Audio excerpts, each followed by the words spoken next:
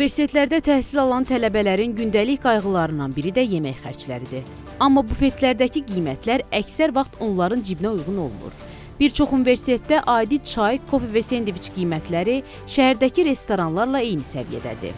Tələbələr deyirlər ki, aylıq təqaüdlə həm yemək, həm də digər xərcləri qarşılamaq çətinləşib. Təbii ki, qane etmir.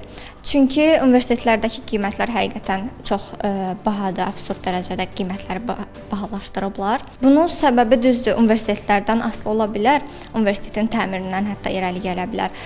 Lakin bu nəinki tələbələri, hətta valideynləri belə qane etmir bu məsələ. Çünki bəzi ailələrdə olur ki, bir tələbə yox, bir neçə tələbə gündəlik bufetlərdən istifadə edirlər.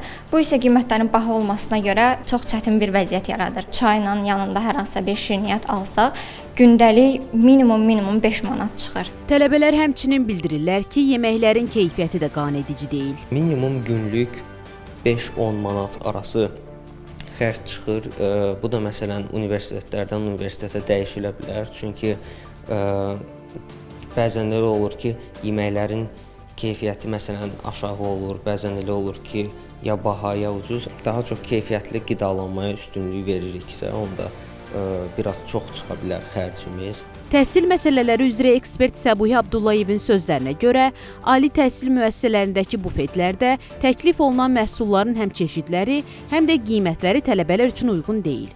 Xüsusilə də sulu yeməklər demək olar ki, əksəriyyətində yoxdur, yalnız fast food tipli qidalardır. Digər yerlərlə müqayisə edəndə dünya universitetləri ilə eyni zamanda qardaş Türkiyə dövlət universitetləri ilə müqayisə edəndə həm çeşid baxımından, həm qiymət baxımından çox fərqlidir. Məsələn, Türkiyə universitetlərdə, xüsusən də bəzi özəl universitetlər var ki, orada hətta 1-2 manat məbləğində ödəməklə həm birinci yeməyi, həm ikinci yeməyi, həm də belə deyək ki, çayını ala bilər. Ancaq bunu bizdə eləmək çox mümkünsüzdür. Biz də bunu ali təhsil mərkəzlərindən müraciət edən zaman söylədilər ki, biz bunları özəl bir sektora vermişik, onlar qiymətləri onlar təyin edirlər. Səbuhi Abdullayev vurğulayır ki, bəzi universitetlərdə qiymətləri özləri təyin edirlər. Amma hər bir halda tələbənin büdcəsinə uyğun formalaşdırılmır. Bu həm xarici tələbələrin bizim universitetlərə cəlb edilməsi baxımından, necə ki, yataqxanaların vacibliyi qədər onların tələbə bufetlərinin də vacibliyi o qədər önəmlidir. Düşünürəm ki, təqaüdün əsaslı hissəsi məhz həmin yemək xərclərindən gedirlər. Bu da aylıq 150-200 manat məbləğində əsasən ortalama bir qiyməti təyin edir. Aldığı təqaüdlərin əsaslı hissəsi həmin yemək xərclərinə getdiyinə görə şəxsin inkişafı üçün demək olar qalmır. Maraqlıdır, universitetlərin bufetlərində qiymətlər nəyə əsasən təyin olunur? Memarlıq və İnşaat Universitetinin mətbuat katibi Nicat Abdullayev bildirir ki, təhsil müəssisəsinin tələbə yeməkxanaları özəl sahibkar tərəfindən idarə olunur. Bununla yanaşı nəzarət komissiyası yaradılıb və həmin komissiya bufetlərdə mütəmadi monitorinqlər aparır.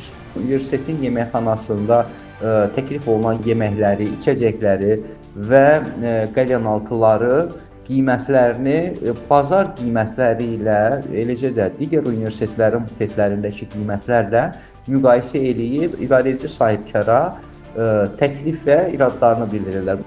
Azərbaycan Dövlət Pedaqoji Universitetindən isə bildirildi ki, tələbə yeməkxanası universitetlə sahibkar arasında bağlanan birgə fəaliyyət haqqında müqaviləyə əsasən fəaliyyət göstərir. Universitet tərəfindən yeməkxanada qiymətlərin normal olması xüsusilə diqqətdə saxlanılır. Həmçinin qeyd olundu ki, universitetin yeməkxanasında qiymətlər kifayət qədər münasibdir və tələbələrin büdcəsinə tam uyğundur. Azərbaycan Turizm və Menecment Universitetindən isə bildirildi ki, bufet sosial yönümlü olduğu üçün qiymətlər tələbələrin ödəmə imkanlarına uyğun şəkildə, yəni əlçatan və münasib səviyyədə müəyyən edilir. Qeyd edək ki, məsələ ilə bağlı digər universitetlərdən mövqe almaq mümkün olmadı. İlhamə Kələyeva, Davud İbrahimov, Xəbər Ertəsi.